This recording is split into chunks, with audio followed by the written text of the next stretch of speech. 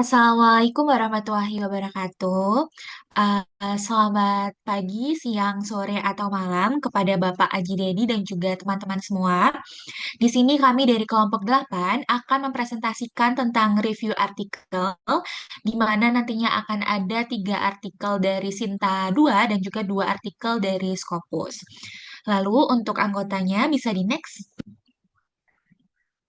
Yang pertama ada saya sendiri, yaitu Zahra Aulia Febrianti dan juga rekan-rekan saya.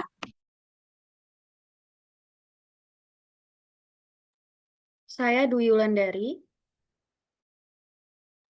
Saya Nisa Martia. Saya Zahra Rahel Akilah.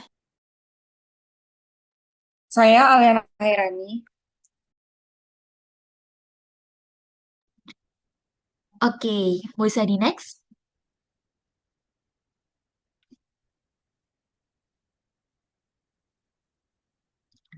Oke, untuk yang pertama yaitu kita atau kami akan membahas mengenai jurnal yang pertama. Yang pertama yaitu judul dari jurnal ini berjudul Mitigasi Kebangkrutan UMKM Melalui Intervensi Akuntansi.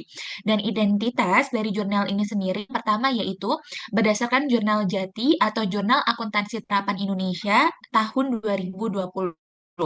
Yang mana 2020 ini masih tergolong jurnal dalam 5 tahun terakhir atau jurnal baru. Lalu untuk penulis dari jurnal ini sendiri yaitu ada Halpiah dan juga Heri Astika Putra. Topik yang diangkat dalam jurnal ini yaitu mengangkat topik mengenai akuntansi keuangan, manajemen untuk UMKM, dan juga etika bisnis. Lalu untuk link dari jurnal Sinta 2 ini sendiri, ini bisa diklik nantinya teman-teman ketika kami mengirimkan PowerPoint-nya, maka bisa diklik langsung menuju ke file jurnal tersebut. Bisa di next. Oke, lalu yang berikutnya yaitu kita akan membahas mengenai latar belakang masalah. Jadi, ada 4 poin latar belakang masalah dalam jurnal ini. Yang pertama yaitu UMKM roti babakan ini, yang awalnya dari 140 usaha roti, tersisa hanya 20 usaha roti saja yang aktif. Yang kedua yaitu banyak pelaku usaha mengalami kerugian hingga gulung tikar. Yang ketiga yaitu penyebab utamanya seperti tidak adanya pencatatan keuangan, manajemen tradisional, ketergantungan pada utang, dan juga pengepul. Dan yang terakhir yaitu akuntansi dalam UMKM roti babakan ini mayoritas dianggap tidak penting atau terlalu rumit. Lalu usaha roti di Kelurahan Babakan ini berawal dari kegiatan keluarga yang diwariskan secara turun-menurun. Meskipun sudah berdiri sejak awal 1980-an dan menjadi sentra produksi roti di Mataram, nyatanya sebagian besar usahanya tidak berkembang, bahkan banyak yang bangkrut seperti yang sudah saya jelaskan tadi, yaitu dari 140 usaha hanya tersisa 20 yang aktif. Lalu hal ini disebabkan karena para pelaku UMKM tidak memiliki dasar pengelolaan usaha secara profesional yang baik. Nah, sistem manajemen yang digunakan masih sangat tradisional dan juga sangat bergantung pada kepercayaan antar anggota keluarga ataupun mitra usaha. Mereka juga tidak memiliki pencatatan transaksi keuangan yang rapi, serta tidak memahami konsep biaya produksi, laba rugi, dan juga pengelolaan utang secara akuntabel. Nah, ketika bisnis menghadapi tantangan seperti adanya pandemi saat COVID-19 atau mungkin adanya krisis keuangan atau kondisi ekonomi yang melemah seperti pada awal tahun 2025 ini, nah adanya perubahan tren konsumen dan lain sebagainya, mereka itu tidak siap menghadapi itu semua karena mereka tidak memiliki data dan juga strategi yang kuat. Lalu bisa di next. Yang berikutnya yaitu kita akan membahas mengenai tujuan dan juga metodologi penelitiannya. Jadi tujuan dari penelitian dalam jurnal ini yaitu untuk mengidentifikasi dan menerapkan intervensi akuntansi untuk memitigasi kebangkrutan dari UMKM roti di Mataram tadi. Lalu metode yang digunakan yaitu yang pertama yaitu adalah kualitatif dengan pendekatan studi kasus berupa terjun langsung ke lapangan yaitu di daerah Mataram. Yang kedua yaitu 10 informan pelaku UMKM roti dengan usaha minimal 6 tahun dengan aset yang lebih dari sama dengan 50 juta dan juga omset kurang dari sama dengan 600 juta per tahun dan juga karyawan yang lebih dari sama dengan 6 orang.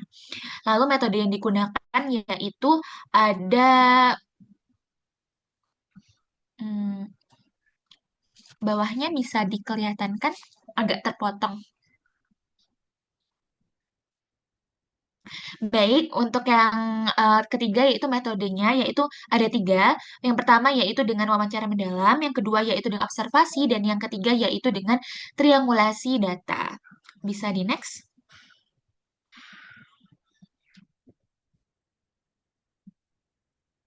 Nah, lalu untuk berikutnya yaitu kita akan membahas mengenai hasil temuan penelitian.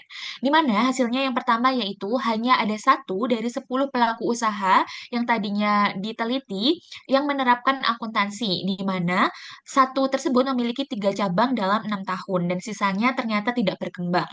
Lalu yang kedua yaitu 9 pelaku lainnya tidak paham konsep akuntansi, tidak ada pencatatan keuangan, bahkan produksi tersebut berdasarkan info dari pengepul, bukan analisa bisnis atau menggunakan dasar bisnis yang memang sudah sesuai.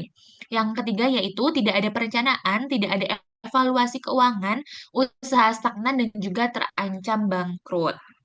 Nah, temuan paling mencolok dari penelitian ini adalah adanya perbedaan signifikan antara pelaku usaha yang menerapkan akuntansi dan yang tidak. Informan yang menjalankan bisnis berdasarkan prinsip-prinsip akuntansi mampu mengembangkan usahanya menjadi lebih profesional, bahkan memiliki cabang serta staf akuntan yang secara khusus untuk membuat laporan keuangan yang mana hanya 1 dari 10 pelaku usaha tersebut. Nah, di sisi lain, atau yang 9 tadi, mayoritas pelaku usahanya mengelola bisnis secara konvensional saja. Mereka tidak tahu berapa keuntungannya secara bersih, tidak menetapkan harga jual berdasarkan HPP, dan juga tidak mencatat transaksinya secara rutin. Sehingga dampaknya banyak usaha mengalami financial distress, yaitu kondisi keuangan memburuk karena tidak bisa melunasi utang, sementara arus kas tidak stabil atau bahkan tidak balik modal. Bisa di next?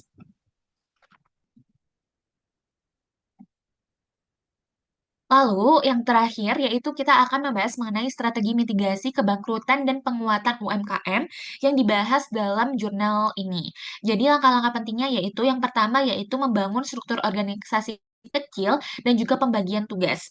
Yang mana sebelumnya itu mungkin tidak terstruktur, tidak jelas bagian mana yang memegang keuangan, bagian mana yang produksi. Maka langkah-langkah pentingnya yang pertama yaitu tentunya kita harus mengetahui struktur organisasi kecil dan juga pembagian tugasnya. Yang kedua, yaitu beralih ke manajemen visioner berbasis data.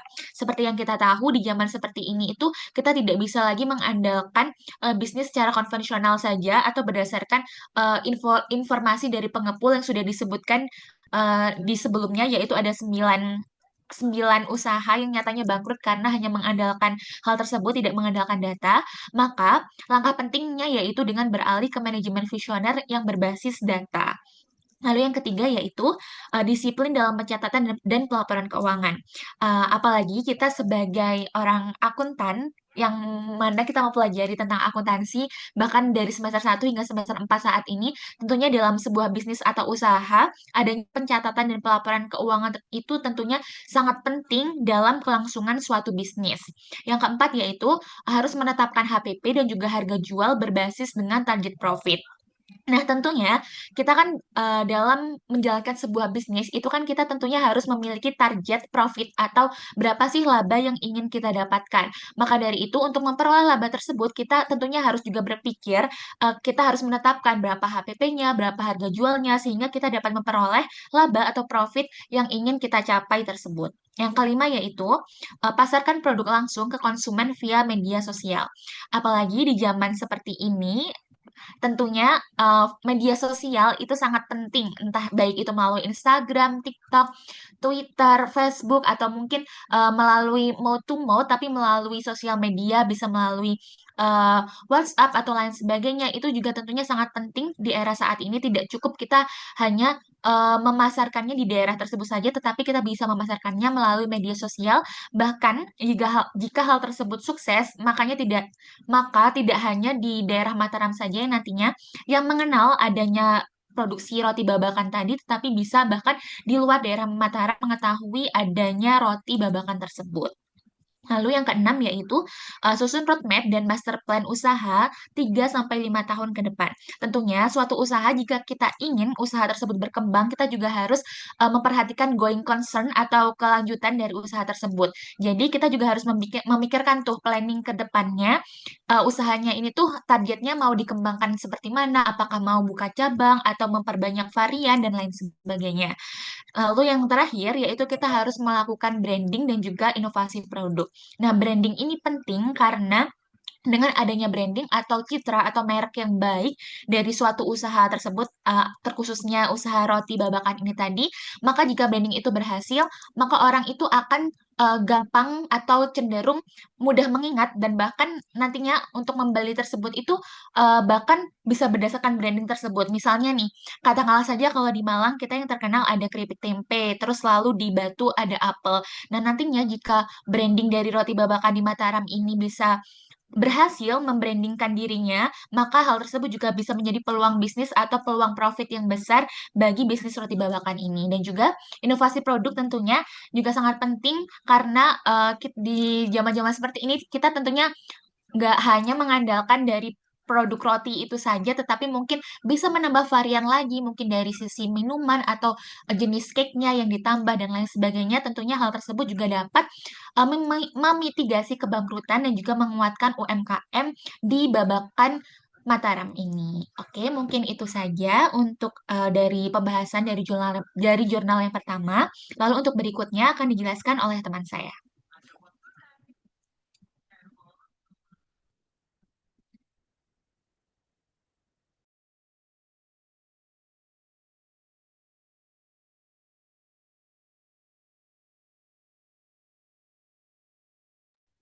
Baik, untuk jurnal yang selanjutnya yaitu jurnal dengan judul Konflik Kepentingan dan Mekanisme Penanganannya dalam Pengelolaan Keuangan Negara. Nah, jurnal ini berdasarkan jurnal dari Integritas Jurnal Anti Korupsi, volume 10 nomor 1 tahun 2024 dengan penulis Pascal Wilmar Yezekiel Tolo dengan topik Manajemen Keuangan Publik serta Etika Pemerintahan. Nah, jurnal ini sendiri merupakan jurnal Sinta 2 yang mungkin nanti teman-teman bisa langsung mengakses jurnalnya ke PowerPoint yang nanti akan di-share. Mungkin boleh di next.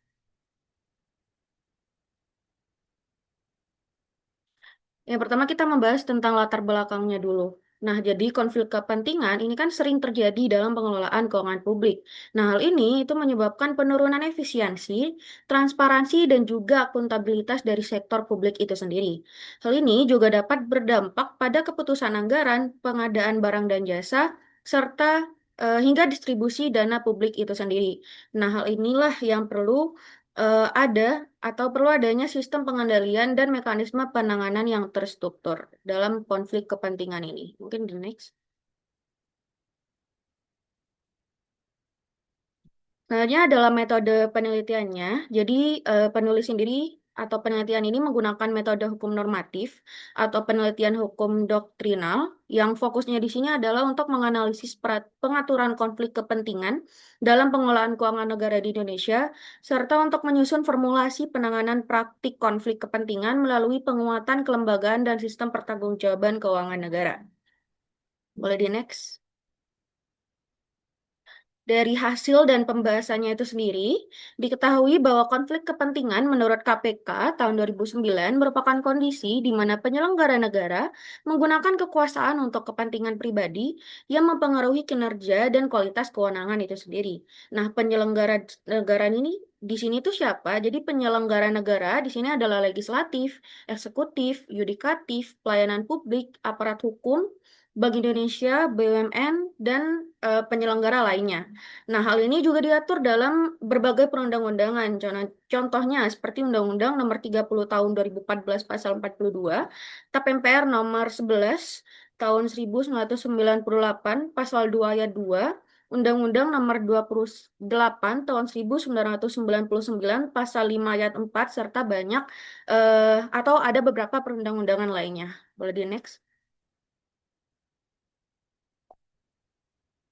Nah, temuan KPK sendiri berdasarkan SPI atau Survei Penilaian Integritas pada tahun 2022 menemukan bahwa 255 responden menyatakan bahwa konflik kepentingan ini sering terjadi di kementerian, lembaga, dan juga pemerintahan daerah dalam 12 bulan terakhir.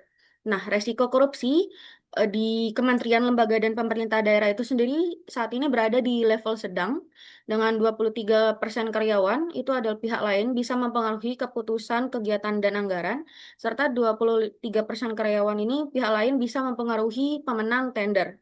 Nah, resiko tinggi ada di 28,7 yaitu di Pemda dan rendah di 71,7% di kementerian dan lembaga. Boleh di next?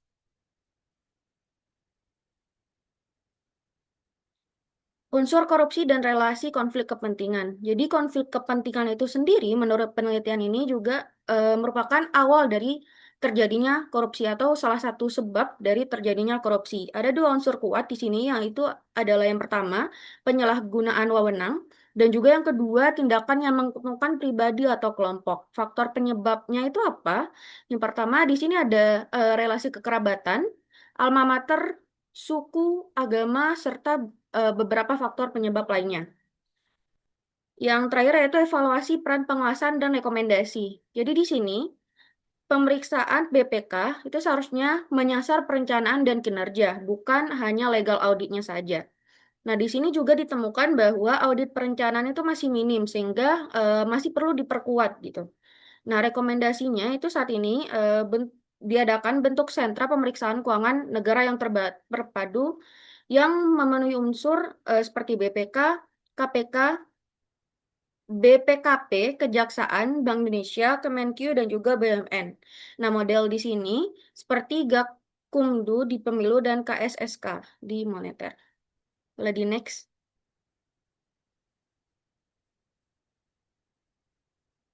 Jadi kesimpulannya itu sendiri adalah konflik kepentingan dalam pengelolaan keuangan negara merupakan bentuk tindak pidana korupsi yang terjadi pada seluruh tahap anggaran, yang bisa terjadi pada seluruh tahap anggaran seperti perencanaan hingga pertanggungjawaban oleh eksekutif, legislatif maupun auditif. Nah, penyebab utamanya di sini adalah merosotnya etika pejabat, regulasi tumpang tindih, dan sanksi tidak tegas. Hal inilah yang menyebabkan diperlukannya Komisi Etik Nasional, penguatan independensi BPK, serta pembentukan sentra pemeriksaan keuangan terpadu yang saya jelaskan tadi, yaitu eh, integrasi antara BPK, KPK, BPKP, dan juga lembaga-lembaga lainnya untuk pencegahan korupsi secara kolektif. Mungkin itu saja jurnal yang kedua. Jurnal yang selanjutnya akan dijelaskan lebih lanjut oleh teman saya.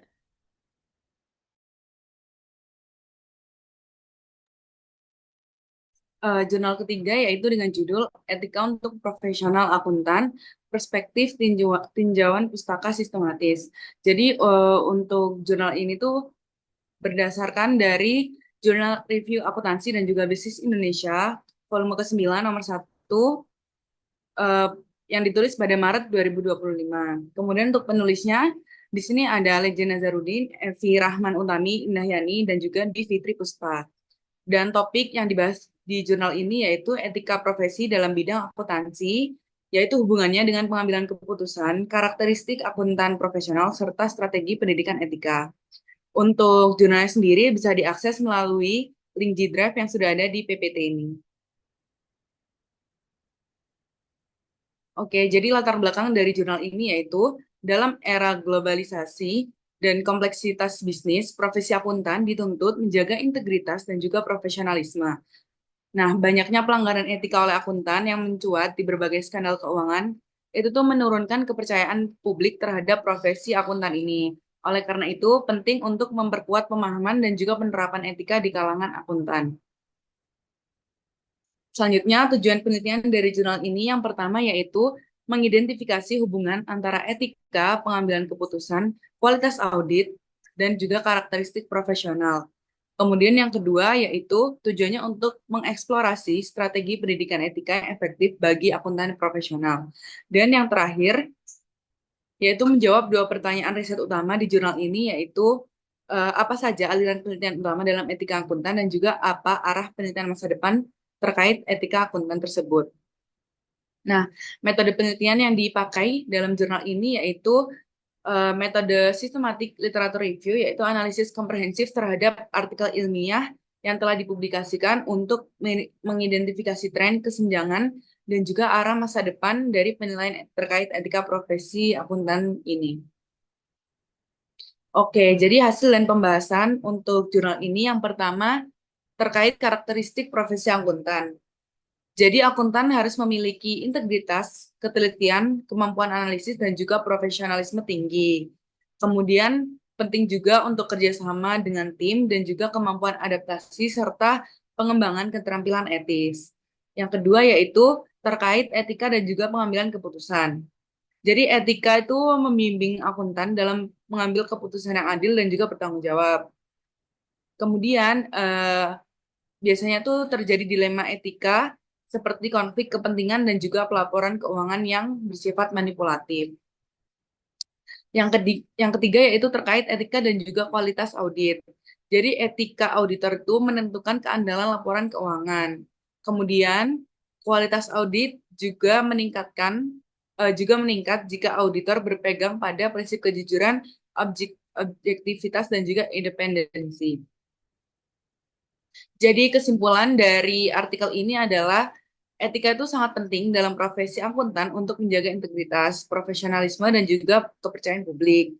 Tinjauan pustaka sistematis dari 98 artikel dari berbagai negara menunjukkan bahwa pendidikan etika, pengambilan keputusan etis, dan juga kualitas audit itu saling berkaitan erat dan menimbulkan dampak untuk satu sama lain. Kemudian etika profesi juga perlu diperkuat melalui kebijakan pendidikan dan juga riset lanjutan, terutama di negara berkembang seperti Indonesia, agar akuntan dapat menghadapi tantangan global dan juga menjalankan tugasnya secara bertanggung jawab. Mungkin sekian dari saya. Untuk jurnal selanjutnya akan dijelaskan oleh rekan saya. Oke, selanjutnya saya akan menjelaskan jurnal yang keempat. Judul dari jurnal ini itu The Role of Islamic World Ethic in Moderating Influence, Love of Money, and Maxivalent Nature to Fraud Accounting in Management of Village Fund. Identitas dari jurnal ini, penulisnya itu ada Khofifa Indar Parawansa dan Wahid Wahyu Adi Winarto. Dan untuk penerbitnya dari Association of Certified Fraud Examiner. Untuk link jurnalnya itu ada saya tampilkan di PPT. Mungkin boleh di next dulu.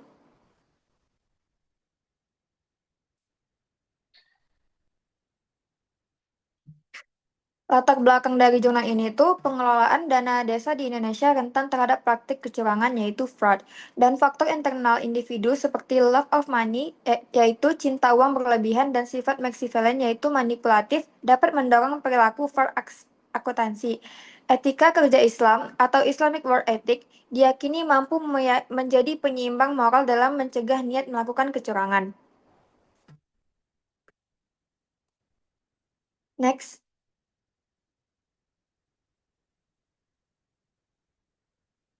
Tujuan dari penelitian ini untuk mengetahui apakah cinta uang berlebihan atau love of money dan sifat maxivalent atau manipulatif dan licik bisa membuat seseorang lebih mudah melakukan kecurangan akuntansi, khususnya dalam pengelolaan dana desa, dan menguji apakah etika kerja Islam dapat menjadi penangkal atau pengendali dari pengaruh negatif cinta uang dan sifat maxivalent tersebut, dan memberikan bukti empiris tentang pentingnya nilai-nilai religius dan etika dalam mencegah kecurangan, terutama pada pengelolaan keuangan publik seperti dana desa. Dan metode penelitian yang digunakan dalam jurnal ini yaitu populasinya yaitu aparatur desa yang terlibat dalam pengelolaan dana desa, sampelnya ditetapkan melalui teknik purposive sampling, pengumpulan datanya melalui kuesioner yang disebarkan kepada responden, dan analisis datanya menggunakan SEM-LPLS untuk menguji hubungan antar variabel. Next. Hasil temuan dari penelitian ini, orang yang terlalu cinta money atau uang atau love of money cenderung lebih mudah tergoda untuk melakukan kecurangan dalam pengelolaan dana desa. Sifat Machiavellian ini yaitu suka memanipulasi dan hanya mementingkan diri sendiri juga meningkatkan resiko terjadinya kecurangan akuntansi. Namun, jika seseorang memiliki etika kerja Islam yang kuat, misalnya jujur, bertanggung jawab, dan bekerja karena Allah, maka mereka menjadi lebih tahan terhadap godaan untuk curang dan pengaruh cinta, uang, dan sifat manipulatif bisa ditekan. Next. Kesimpulan dari jurnal ini, faktor internal individu seperti love of money dan sifat Machiavellian meningkatkan risiko fraud akuntansi. Etika kerja Islam efektif sebagai mekanisme kontrol moral untuk mencegah. Rekomendasinya, perlu integrasi nilai-nilai etika kerja Islam dalam pelatihan dan pembinaan aparatur desa, dan penguatan sistem pengawasan internal dengan pendekatan berbasis nilai dan spiritual.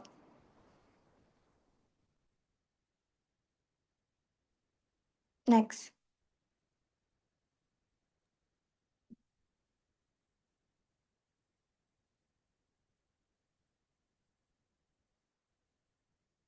Mungkin selanjutnya akan dijelaskan oleh rekan saya. Selanjutnya, jurnal kelima yaitu berjudul Individual Factor Predictor and Organizational Factor Predictor to Detect Potential Corrupt Behavior. Yaitu penulisnya Nida Ul Hidayah Syafri, Nadila Azhara Syahidina, Muhammad Karisma Sambahan, Mardian Nasari, dan juga Noveri Maulana. Penerbitnya itu Association of Certified Fraud Examiners atau ACFE Indonesia Chapter. Berikut link jurnalnya bisa diakses di link berikut dan berasal dari Sinta 3. X.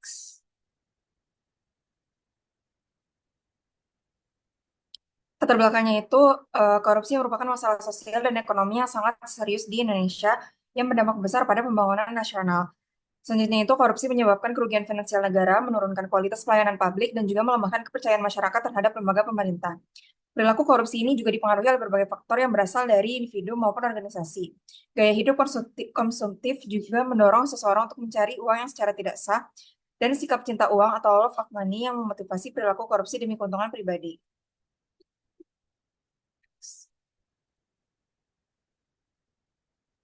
Dan selanjutnya tujuan penelitiannya yaitu menganalisis keterkaitan antara faktor individu dan organisasi secara bersamaan dalam memprediksi potensi terjadinya perilaku korupsi. Dan juga memberikan bukti ilmiah yang dapat digunakan oleh organisasi dan pembuat kebijakan untuk merancang strategi pencegahan korupsi yang lebih efektif. Dan yang terakhir, menyediakan informasi yang dapat membantu organisasi untuk memahami area-area risiko tinggi dan juga mengambil tindakan preventif terhadap perilaku koruptif tersebut. Next.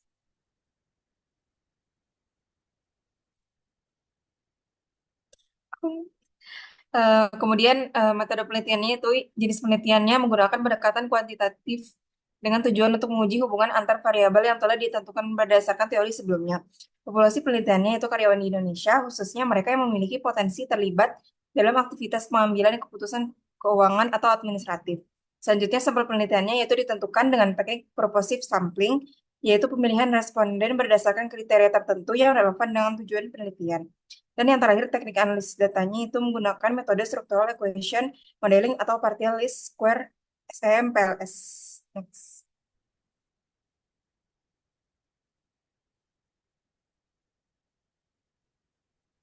Selanjutnya itu hasil temuan penelitiannya yaitu faktor individu berpengaruh signifikan terhadap potensi perilaku korupsi, yaitu gaya hidup konsumtif, flexing atau pamer, dan juga sikap cinta uang atau love of money, terbukti memiliki pengaruh positif dan signifikan terhadap kecenderungan individu untuk melakukan perilaku koruptif. Selanjutnya, semakin tinggi intensitas ketiga faktor tersebut pada individu, maka semakin besar pula potensi terjadinya perilaku korupsi. Dan yang terakhir, faktor-faktor seperti lemahnya kontrol internal, tidak efektifnya sistem pelaporan atau whistleblowing, rendahnya kesadaran anti-fraud, lemahnya penegakan hukum internal, dan juga gaya kepemimpinan yang permisif. Semuanya ini memberikan kontribusi signifikan terhadap meningkatnya risiko perilaku koruptif.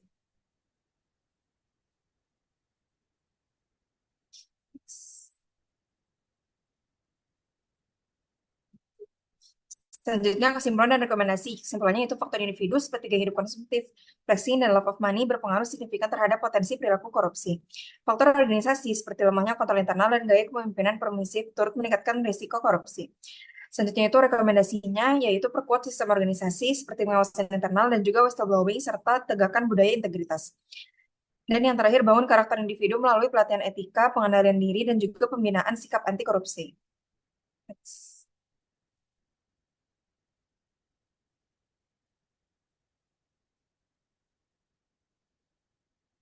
Oke, terima kasih. Demikian pemaparan yang dapat saya sampaikan dan juga rekan-rekan saya sampaikan. Semoga materi ini bisa bermanfaat dan menambah wawasan kita semua terkait upaya pencegahan korupsi melalui pendekatan individu.